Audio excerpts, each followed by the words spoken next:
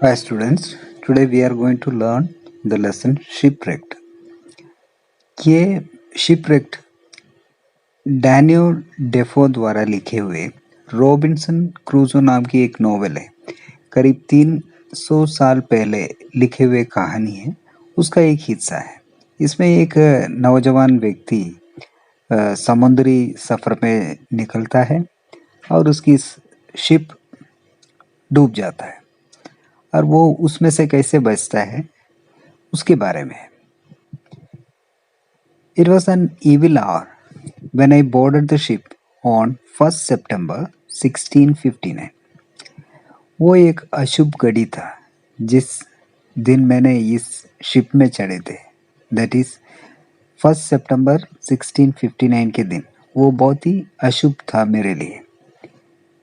We had good weather till we came to Cape St. Augustine, when a violent storm, followed by another more terrifying tornado or a hurricane, took us by surprise. सब कुछ ठीक था, मौसम बहुत बढ़िया था जब तक हम केप सेंट अगस्टिन नहीं पहुंचा। उसके बाद अचानक एक भयंकर तूफान आ जाता है और हम उसको उम्मीद ही नहीं कर रहे थे क्योंकि काफी अच्छे मौसम था तब तक। We knocked about for 12 days, far off our course, when suddenly the ship struck upon a sand and in a moment it stopped moving. फिर we knocked about for 12 days, 12 दिन तक हमारे को ये तूफान हमें हमारे रास्ते से फार ऑफ आवर कोर्स, हमारे रास्ते से दूर लेके गया। अचानक हमारा शिप एक मिट्टी के ढेर के ऊपर टकराता है। It started sinking fast. बहुत तेजी से वो डूबना शुरू हो जाता है। We had no option but to free a boat, and 11 of us jumped into it to face the storm, the raging waves. तो हमारे पास कोई दूसरा चारा नहीं था, इसलिए हमने ये शिप के अंदर लाइफ बोट होता है, जो शिप तो कोई दुर्घटना में घिर जाता है तब उससे बचने के लिए एक बोट होता है, उस बोट को हम उतारता है और हम 11 जने थे, सारे उस बोट के ऊपर कूद जाता है ताकि कूद के बचने का एक चांस हो तो बच जाए। लेकिन काफ़ी बड़ा तूफान थे, लहरें बहुत ऊंचे ऊंचे थे। Hoping for God's mercy and of the wild seas, we hasten towards our destruction by as well as we could. तो हमने भगवान के भरोसे पे सब कुछ छोड़ के हमारा बोट को उठा के आगे चलाना शुरू कर दिया। As we rode, a raging wave, a mountain lake, came rolling with such a fury that the boat overturned. लेकिन हम इस तरीके से जा रहे थे, अचानक एक भयंकर लहरें आता है, एक पहाड़ की उतना बड़ा एक लहरें आता है, हमारे बोट को गिरा देता है और उसकी नीचे ले जाता है। वो उसमें इतना ताकत था, बोट पूरा पलट जाता है, हम सब पानी के अंदर गिर जाता है। We were swallowed up in a moment. एक ही मिनट के अंदर हम सबको वो निगल लिया। Nothing can describe the confusion of thought which I felt when I sunk into the water. For though I swam very well, yet I could not deliver myself from the waves so as to draw breath. तो मेरा confusion आपको बता नहीं सकता। उस समय पे अचानक ये पानी के अंदर डूबने के बाद मैं पूरा कंफ्यूज था। मैं तो अच्छे स्विमर था, दो आई स्वैम वेरी वेल, इसके बावजूद मैं इस वेव की पकड़ से बाहर नहीं आ सकता था और मेरा सांस नहीं आ रहे थे। Till that we having been driven me, or rather carried me, a vast way on towards the shore. तब तक मुझे ये लहरें काफी दूर तक धकेल के लेके गया, किनारे की ओर। Towards the shore में किनारे की, having spent itself, went back. उसका पूरा ताकत खत्म हो गया तो ये लहरें वापस जाता है। And left me upon the land almost dry. जमीन के ऊपर मुझे एकदम छोड़ के गया। But half dead with the water I had took in. लेकिन आधी मरे हुए हालत में था क्योंकि मैं काफ़ी सारा पानी पी चुके थे, समुद्री पानी। I had so much presence of mind as well as breath left that seeing myself nearer the mainland than I expected, I got up my feet and endeavored to make on towards the land. तो उस समय पे थोड़ा मेरे को थोड़ा अक्ल था, थोड़ा हवा भी आ रहे थे, सांस भी आ रहे थे।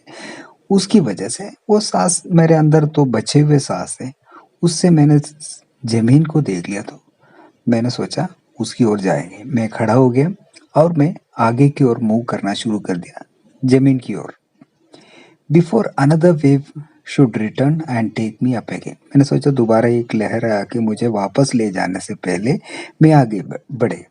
But I soon found it was impossible to avoid it. लेकिन बहुत जल्दी मुझे ये समझ में आ गया, ये वेव से बचना उतना आसान नहीं है। वो दोबारा आ गया। The wave that came upon me again buried me at once 20 or 30 feet deep in its own body। तो दोबारा जो वेव आए थे वो मुझे लेके करीब 30 फुट तक उस पानी के नीचे ले जाता है। I could feel myself carried with a mighty force and swiftness towards the shore as very great way। तो उसके बाद मुझे महसूस हो रहे थे कितना ताकत से, कितना तेजी से मुझे ये वेव दोबारा ये जमीन की ओर लेके आ रहे थे।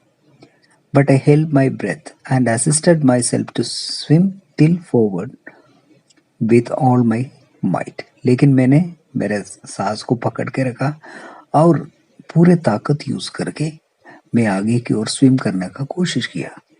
आई was ready to burst with holding my breath. लेकिन मैं ये सांस रोक के मेरा छाती फट रहे थे क्योंकि सांस नहीं मिल रहे थे। When I felt myself rising up, so to my immediate relief, I found my head and hands shoot out above the surface of the water। लेकिन मेरा किस्मत अच्छा था, अचानक मेरे को ऊपर उठाया। थोड़ी देर मेरा सिर ये लहरों के बाहर आ गया। बहाने की वजह से मेरे को थोड़ा सांस मिल जाता है। एंड दो it was not 2 seconds of time that I could keep my self so yet it relieved me greatly. लेकिन यह 2 सेकंड होगा उतना ही मैं उसके ऊपर रहा, लेकिन ये मेरे लिए बहुत ही राहत की बात है। रिलीव्ड, मेरे को काफ़ी रिलीफ मिला। Gave me breath and new courage, उसमें तो मेरे को सांस भी मिला, थोड़ा हिम्मत भी मिला। I was covered again with water a good while. थोड़ी देर और मुझे पानी के अंदर डुबो के रखा, but not so long, but I held it out. ज़्यादा देरी तक नहीं था, इसलिए मैं थोड़ा बिना सांस रुक पाए थे। And finding the water have spend itself and began to return, I stuck forward against the return of the waves and felt ground again with my feet. तो ये लहरें वापस चला जाता है, तो मैं देखा तो जमीन मेरे को महसूस हुआ और मैं अगला वेव आने से पहले आगे बढ़ने का कोशिश करता है। I stood still a few moments to recover breath. मैं उधर थोड़ी देर खड़ा रहा ताकि थोड़ा सांस मिले, बजाय सांस पानी के अंदर होते वक्त सांस नहीं मिलता, वो सांस दोबारा मिले। until the water went from me and then took to my heels and run with the strength I had farther towards the shore। तो 1 मिनट बाद में मैं मेरा पूरा ताकत यूज करके वो किनारे की ओर भागा। But would this deliver me but neither would this deliver me from the fury of the sea. लेकिन ये भी मुझे ये समुद्र के गुस्से से बचाने वाला नहीं था। फ्यूरी मीन्स गुस्सा। विच केम पावरिंग इन आफ्टर मी, वो दोबारा आ गया। Twice more I was lifted up by the waves. दोबारा और मुझे ये लहरें लेके जाता है।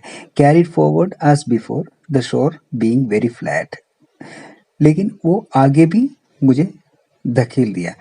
दोबारा जो सॉरी दोबारा मुझे ये वापस आ गया, तो आगे और धकेल के गए थे थोड़ा, इसलिए मैं किनारे के थोड़ा पास आ गया। The last time of these two had well near been fatal to me. लेकिन आखिरी बार इसे छोड़ के गया था मेरे लिए बहुत खतरनाक था. For the sea having carried me along as before landed me or rather dashed me. तो पहले जैसे लेके गया वैसे मुझे दोबारा लैंड किया, लेकिन इस बार एकदम पटक दिया मुझे. Against a piece of rock. उधर एक पत्थर का ढेर था, उसके ऊपर पटक के गया.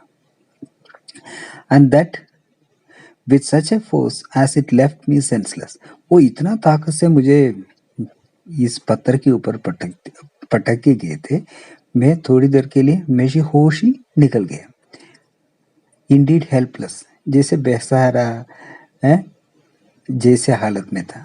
As to my own deliverance, for the blow taking my side and breast beat the breath as were quite out of my body. तो मेरे को इतना तेजी से उसमें पटक दिए थे, मेरे छाती से पूरा हवा निकल गए थे, सांस लेने में नहीं हो रहे थे. And it had return again immediately. लेकिन ये वेव फिर भी इसके दिल नहीं भरा, दोबारा वापस आ गया. I must have been strangled in the water. मैं पानी के अंदर डूब के मर जाते थे. But I recovered a little before the return of the waves. लेकिन ये वेव्स दोबारा आने से पहले मैं थोड़ा रिकवर किया.